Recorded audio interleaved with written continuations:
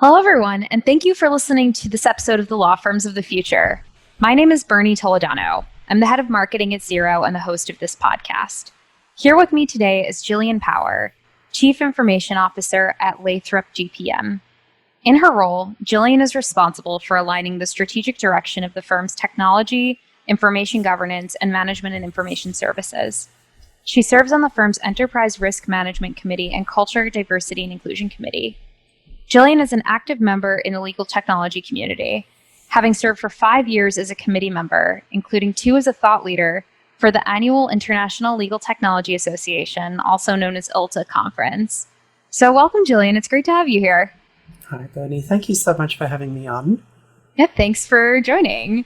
So let's start with you telling me a bit more about yourself and about your firm and, the firm's history and what they've been doing to survive the pandemic.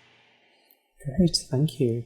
So Lathrop GPM was formed on January 1st of 2020 as the combination of Lathrop Gage and Gray Plant Moody. Both firms have a very long history in the Midwest and beyond, with both of the firms being well over 150 years old individually. The firms came together to really form a very strong and wonderful combination. I would say that for any of my peers and folks who have worked in law firm technology, they'll know that a merger of 2 large firms is by itself a substantial undertaking for people working in the technology space. And then we were thrown probably one of the most historic curveballs that one could even contemplate.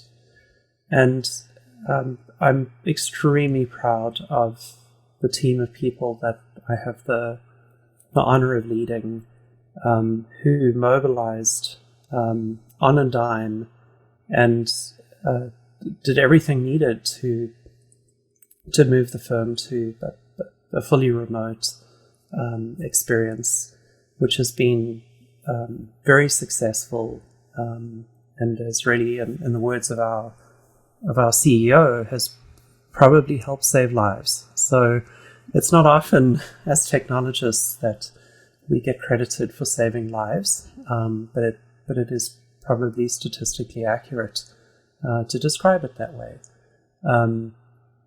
But for us as technologists, this just accelerated many of the things that we had already made investments in. So while it was very pressured, it was well within our wheelhouse to go ahead and put in place and scale up all the technologies that support a remote workforce, or let's say a workforce that now works wherever they are, as opposed to having to be localized in an office. So it's definitely something that will go down, and for myself and for many of our peers, as defining moments in our careers when we look back. Absolutely. It's just crazy sometimes when one has time to stop and think about the fact that we're living in a moment of history that's going to be written about in textbooks. Mm-hmm. It's really nuts. Mm-hmm. And it's great that Lathrop Spin was already somewhat well prepared in a sense for the move to remote working. But before we dive into what it's like to facilitate a merger in the midst of a pandemic, I'd also like to make sure that we talk a little bit about your personal background. Certainly. I get asked by many people in the United States about where my accent is from, and or I get told, you have an accent, to which I generally respond, you have an accent too. But for those who are listening to this and wondering, I can't place that. It's because I grew up in South Africa and spent some time living in London, but had an Irish father and don't have anything that is easily labeled as a particular accent. I often get confused for a Kiwi or an Australian or an English person or all manner of things. But I've lived in the United States for close on 20 years now, and my accent remains largely intact, though it is having intrusions with numerous colloquialisms that I sometimes catch myself saying surprisedly. I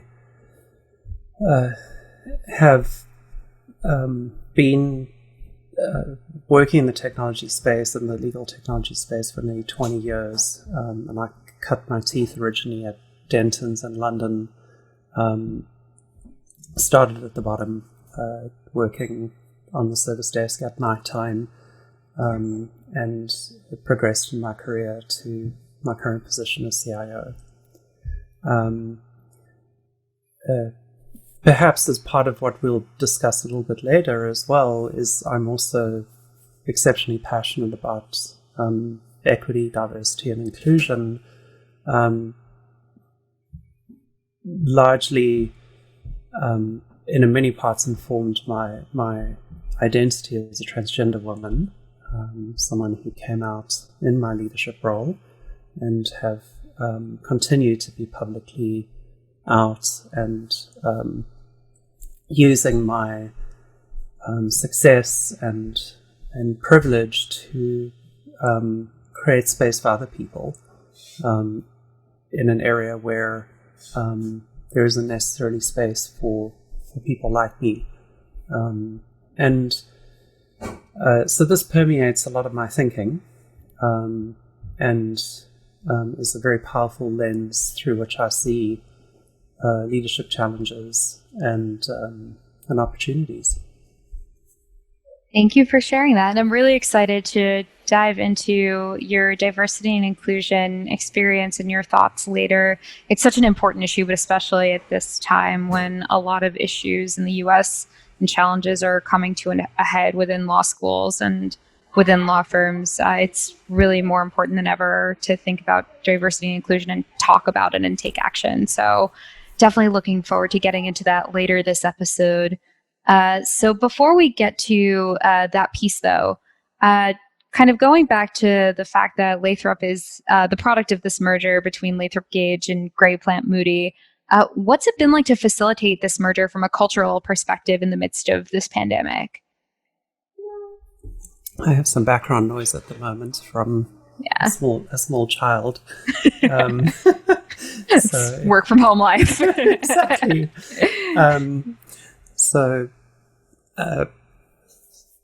I think that's part of it. Actually, that's let me welcome that in as an entry point. We are dealing with unprecedented times. There's no effective separation between the personal and the business. I argue that it's never truly existed, especially when we consider that our lifelines and tethers to our worlds typically sit as 6.8-inch devices on our desks for COVID, right? And, we've never been able to, employers have never been able to really stop that intrusion.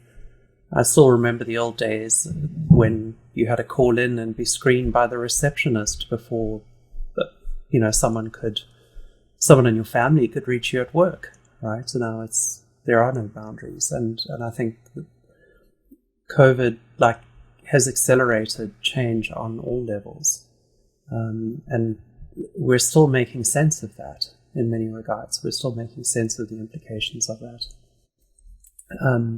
So to lead in a merger situation in a pandemic, there's nothing that prepares you for it at all, other than preparing for it. And what I mean by that is having a team of people who are highly competent, who are agile in the way that they operate, and who operate at high trust is the key. But that type of preparation is foundational preparation for any challenge. It's the type of preparation that prepares you for things that you can't plan for, because within that context, you tap the creative resources and the caring abilities of people to mobilize around whatever the problem is that is presented. And that's the investment that I believe we should be making irrespective of what the planning is. And I saw firsthand how that played out with people that did not have to be coerced or forced to put in the hours necessary to do a merger and then turn around and respond to a pandemic, because the people just inherently cared, because they themselves knew that they were cared about in the work that they were doing. And it's a wonderful thing to behold, and it's the same old adage, right? It's the strength of the team that carries the day, irrespective of the challenges that come. And it's wonderful from a leadership point of view to see that those fundamentals play out even in extreme circumstances, and that makes me very happy. That's wonderful. It's great that you've been able to kind of put together and nurture such a functional team. So that's great. And so kind of turning to the topic of other law firms, what do you think law firms generally need to do more of to drive efficiency in the delivery of legal services and during these times, but beyond that? And what are things that they should stop doing? I'm going to steal a little bit from something that I picked up from a friend of mine. I think businesses in general have put too much effort. Their control point efforts have been in the wrong place, right? So what I mean by that is measuring the control points at the inputs as opposed to measuring the outputs is the fundamental shift that we're being forced into here. So to put some framing on that, to put some practical examples, requiring rigid office hours of employees is controlling for input, right? Saying to people, thou shalt be in the office these days of the week between these times, and you shall be at your desk between these and these times, and you shall only step away, to have a meal or to use the bathroom at these times, right? We can think of workplaces where that is the dominant view of how you control people in an attempt to control the quality of the output, right? And what we've been forced into with the pandemic is just a recognition, for instance, people who have care responsibilities in their lives, either for children or other people or animals or mammals or whatever it is that need care in their lives. They're having to be a lot more creative about when they work and how they work. And what most people have been saying to businesses is, measure me on my output. Don't measure me on the inputs, right? And it is far more efficient to be concerned about the outputs than to be trying to control the inputs, right? And it's a very fundamental shift that has implications to the way that firms think about it. Because what the market, I believe, has been telling law firms is, for the longest time, we don't like the billable hour. The billable hour is a poor proxy for the value of the services that we're receiving. What we care about is the most efficient risk management that you can deliver to us, legal risk management that you can deliver to us. But we have a business model, that the industry has a business model that struggles with finding other ways to demonstrate value, right? And just as we're seeing a shift in the way that individual people are being measured on their value now, so too will this just accelerate the shift towards measuring outcome-based value. And this is going to accelerate a shift, and it's going to feel seismic, I think, to a lot of people. But all it is a shift that's really been underway for more than a decade or more, right? I mean, really since the last crisis that the economy faced 12 years ago with the GFC. It's the same shift, but here it is just really accelerated. So thinking about how to support that and thinking about how the business is run and structured, I think is where I'm spending a lot of my time, as a technology leader, thinking about how to support that and how to encourage it. I think that's great, and especially now during this time, this conversation about the billable hour is definitely super relevant because people can't be tethered to a desk and need that kind of flexibility and mobility, but they might be delivering the exact same output or even better, and that's a much better.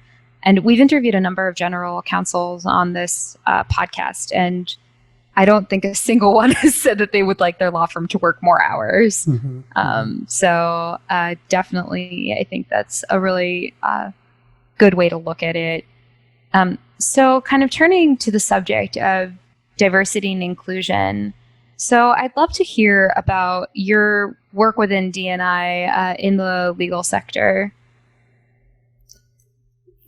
So last year, Joy Heath-Rush, who is the CEO of ILTA, reached out to me and said, we're wanting to form a diversity and inclusion task force because ILTA is had chosen to add diversity and inclusion as one of its central pillars, central operating pillars. And Joy and I have known each other for a very long time, and as I jokingly have said, but truthfully said, when Joy asks you, you say yes, because Joy is one of those leaders who it's candidly a joy to work with her, without trying to make a pun, but it's truthfully so.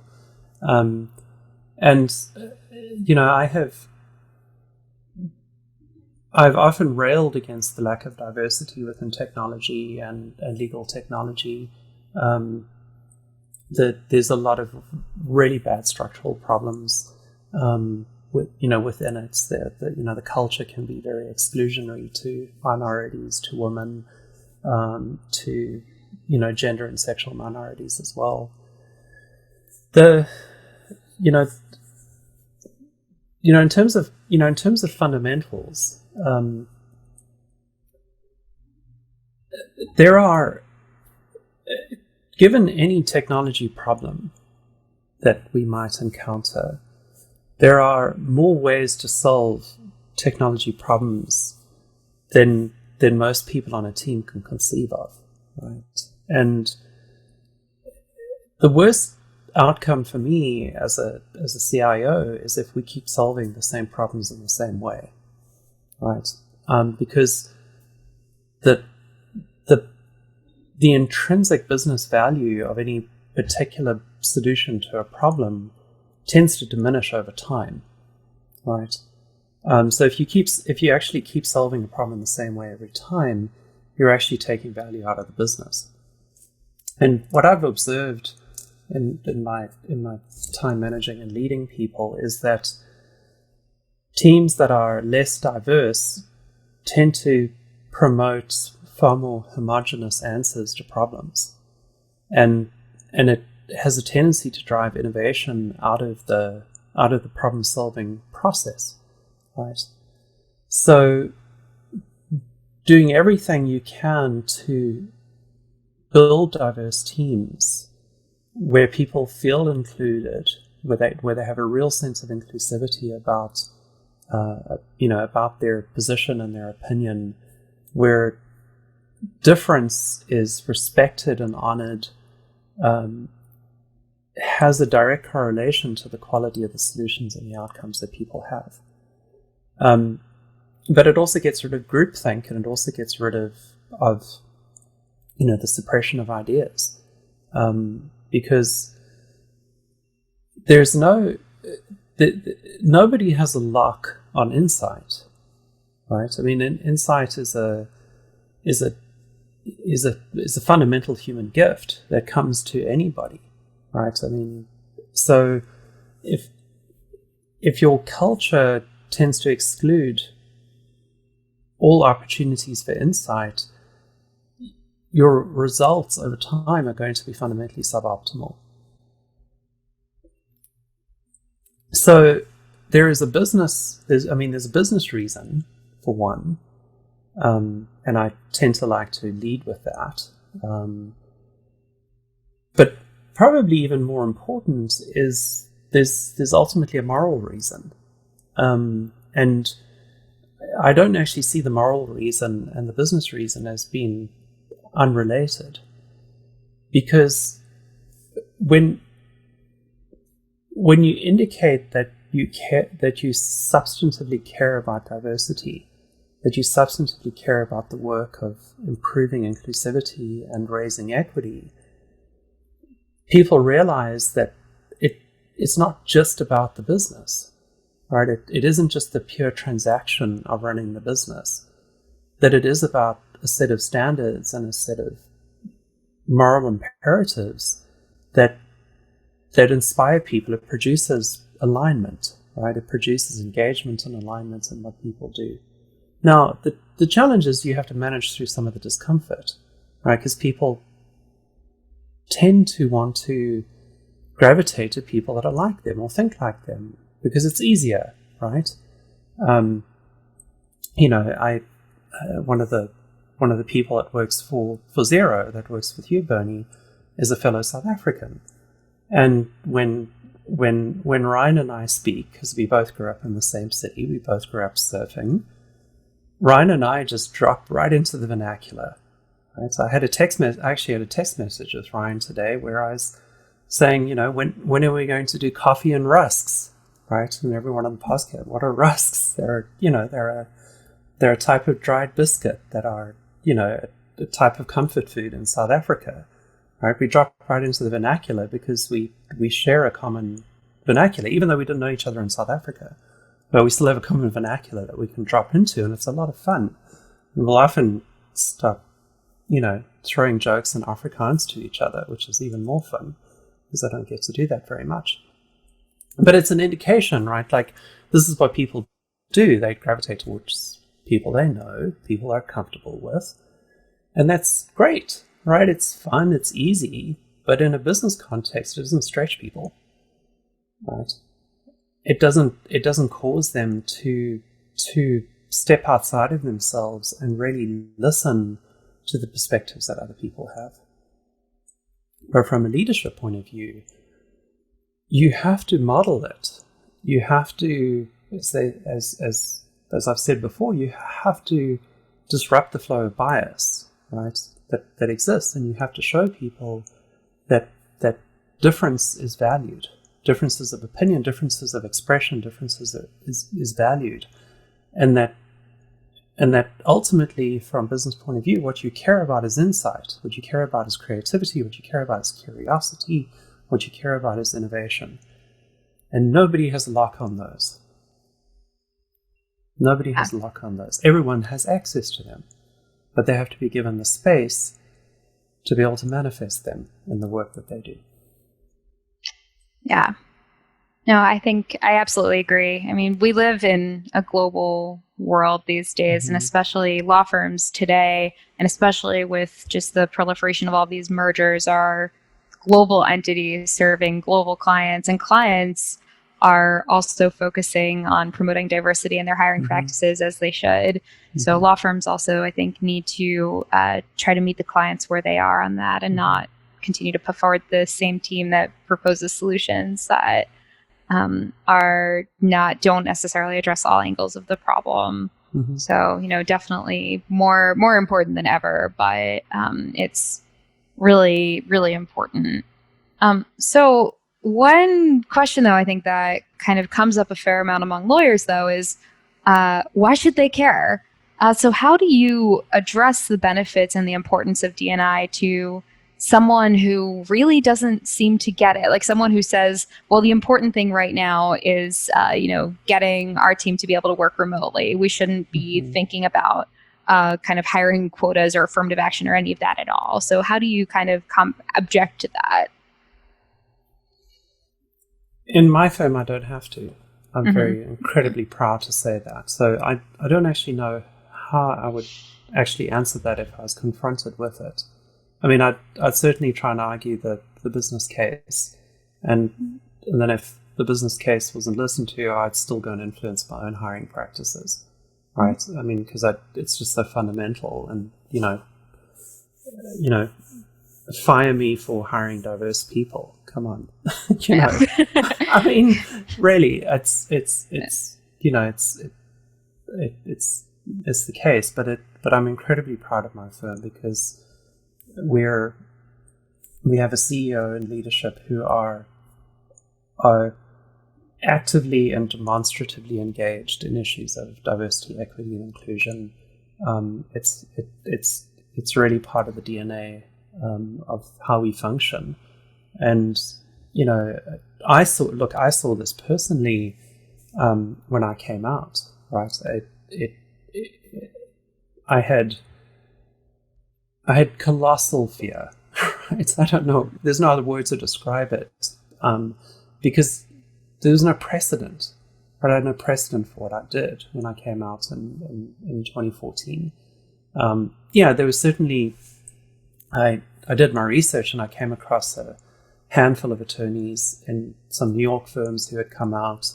I kindly saw some examples of their coming out letters and that kind of stuff. But from an administrative leadership point of view, there's zero template. So I had to form the template on how to do it. It's one of those things, right? It's very hard. You can't test it because once it's out, right? There's no testing of it. You can't be like, so, Mr. Managing Partner or Mr. Managing Partner, if I was to say to you that I would theoretically and hypothetically that I was transgender, how would you respond to that? Studies lawyer language, though.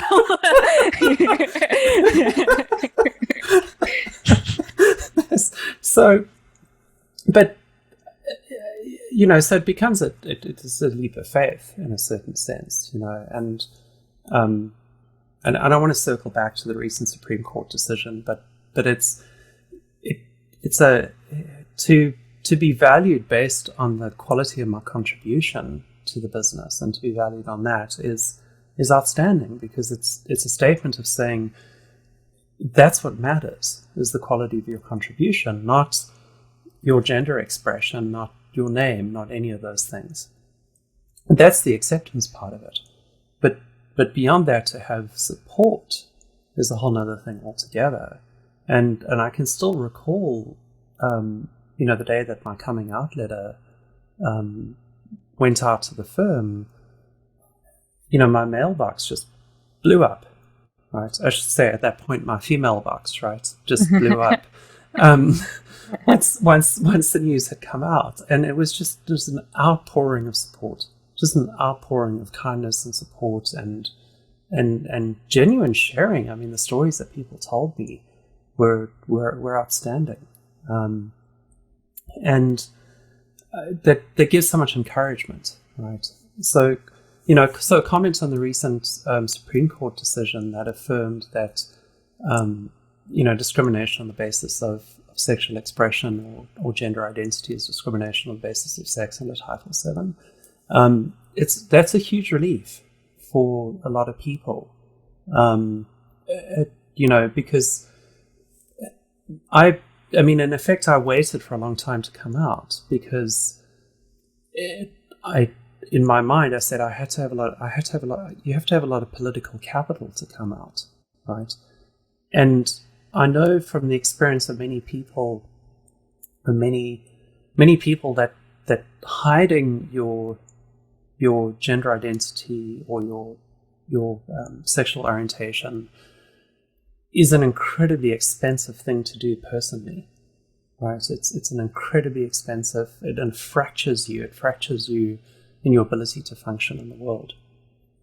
So knowing that people, in a sense, are now legally protected from an employment status in all 50 states of the US, I rejoice for the people that can be out sooner in their lives. They can live more of their lives authentically than having to wait to a point where they feel that they've worked so hard and they've got a lot of political capital, which is what I've told myself, and again, you can't test it, right? In reality, I probably didn't have to wait as long, but you don't know until you do it, right? It's a pretty high stakes thing when you talk about families and jobs and, responsibilities that you have. Absolutely. But that still must have been really tough to live almost a double life, and no one should have to do that. Yeah, and from a leadership capacity point of view, it's really expensive because when your cognitive processing is, in a sense, being mediated through, it's your internal sense is saying, well, I'm this, but I need to think about presenting as this, and then I need to do this translation all the time so that no one can see or possibly even determine who I am internally. That's really expensive, right? That's like running, in a sense, for the infrastructure nerds out there, it's like running a very inefficient hypervisor when ultimately you just want to run bare metal, as we say, right? I mean, you just want to run on the native hardware. So. No, and actually, I love the way you just put that it's expensive, because I think too often businesses in general think about, just initiatives and and policies in terms of cost. But there are so many costs in life and in practice that are hidden. Mm-hmm. And I think with law firms, this also comes up a lot with the issue of mental health and burnout. Mm-hmm. And ultimately, some of these problems are really expensive, but if you can't see it on a financial statement, it's like it doesn't exist. Well, and you can actually, but you just have to be you have to be intentional about measuring it, right? Mm-hmm. Burnout you can measure if you choose to measure it, right? I mean, if you burn out associates, and they leave, you lose a big investment if people leave because they burn out, or somewhere along the way, right? That's very expensive. I know in the technology space that burnout is not just expensive, it's dangerous, because when people who have system access make mistakes, they can be very expensive to the business, right? And managing and measuring for burnout is very, very important. It's very challenging in this remote working situation because you've got to really listen to how people are day to day, on and on, to be able to see when someone is at their capacity or beyond their capacity. Because the odds are, at minimum, it's going to take them longer to solve problems. And at worst case scenario, they'll make an error in a configuration and cause some kind of outage, etc. And then you can spend days cleaning it up, or all the downstream problems that come from it. So it just it doesn't make sense. But besides, do you really want to be that boss? Do you really want to be that person that doesn't care? Right? So I think some people do, but and they have to live with themselves ultimately. Yeah. So, yeah. And in kind of thinking about what you want to see in your employees, even though you don't manage the lawyers of the law firm, I'm curious to hear from your perspective, working within this industry for such a long time, what you would want to see in the next generation of lawyers. Certainly more people understanding and engaging with technology during their education. Even if they're taking electives along the way that give them some exposure. If they can't do that, reading, thinking about the way that technology can increase the value that they bring, understanding, I suppose, even most fundamentally, how value is actually produced within legal services, right? And then thinking about what they can do and the skills that they can gain that will increase that value, right? And it's invariably, a lot of the time, it's technology or the application of technology that increases that value. And there's certainly more of it, but just being adept at Slack and TikTok and owning a MacBook isn't enough, right? I mean, there is a set of, there's certainly a set of skills there that people can think about. They can be, they could be applied statistical skills. They could be, even learning some Python or understanding some of the fundamentals of AI and machine learning. Those are all good things to have, because they're so central now to the delivery of many legal services, even if they're not aware of how they're consuming them, because they're still at this point behind the scenes. Yeah. Absolutely. And it's interesting, that issue has also come up with some of the general counsels that I've interviewed, that they've said that they think that it's incredibly important for their lawyers to be aware of the technologies and be able to use the technologies that can help them improve the way that they deliver legal services.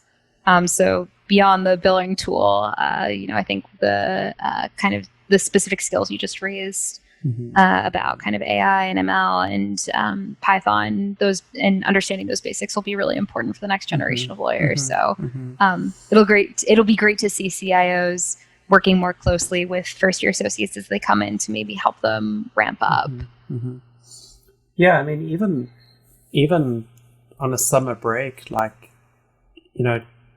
taking an online course on how to do formatting in Word is as apparently rudimentary as that is still incredibly valuable.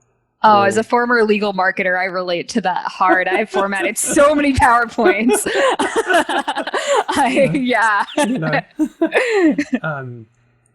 Understanding what a numbered list is, or bulleted point list, or how to do stuff. That's good. It's basic, but they're really, really fundamental skills. Effective email writing. There's just a lot out there, and the problem isn't that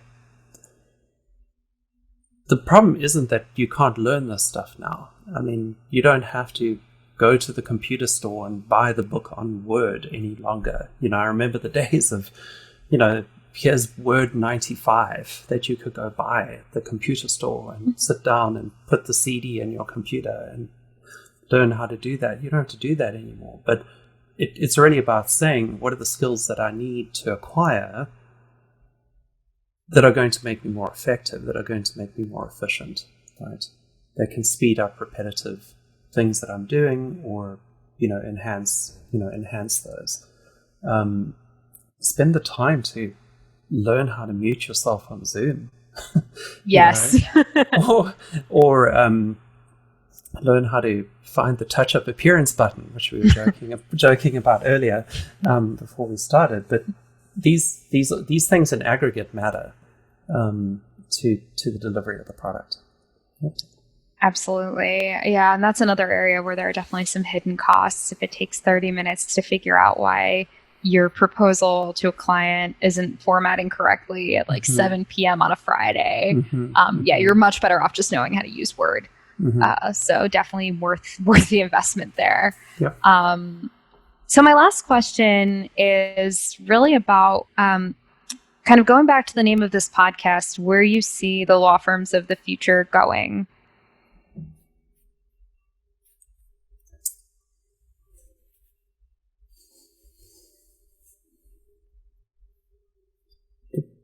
It's a big landscape, and I'll come right back to the fundamentals. In my view, the practice of law is a very sophisticated application of the practice of risk management. Right? It's a highly sophisticated system with incredible amounts of history there's ultimately an application of risk management. Right? And risk management is an incredibly large domain, is developing a lot of tools to aid in predictive risk management, right? And getting better at understanding risk and predicting risk, right? The clients of law firms at the end of the day are essentially buying risk management, but it's labeled as legal services, right? So if you can shift your frame of reference and say, what does it mean to apply risk management to the delivery of legal services? That I think that's the true north on this. Right now, that's not giving people any bullet points about what they need to go and do right now or tomorrow.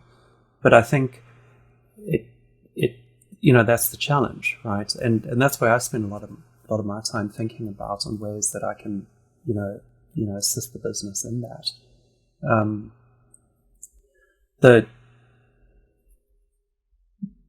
And with a natural bent towards technology, the systems of predictive risk management are becoming so sophisticated and so accurate in the way that they're approaching them that the shift really is towards actually the delivery of a legal product that is made up of products and services, right? I don't want to diminish how important the service aspect of it is, but ultimately it's the consumption of a product that empowers the client to better manage the risk within their portfolio at the end of the day, right? So, and I think there's incredible opportunity to take that and think it through, right? And the tools are there. Many of the tools are there. It's about pulling them together and delivering them in a way that this isn't esoteric, or Elon Musk space stuff or anything like that. It's a reframing of what it is. I completely agree with you. I think often law students are educated purely on legal theory, and then actually advising clients. And I think the actual day-to-day of being a lawyer can come as surprising. Mm-hmm. And I think that's a really good way to frame the profession, not only for lawyers, but just for law students or anyone thinking about practicing law in a real kind of practice sense. So thank you again for joining me today. This was a really great conversation. Thanks, Bernie. It was a lot of fun. Thanks for having me on, and have a wonderful weekend. You too. Okay. Bye. Bye.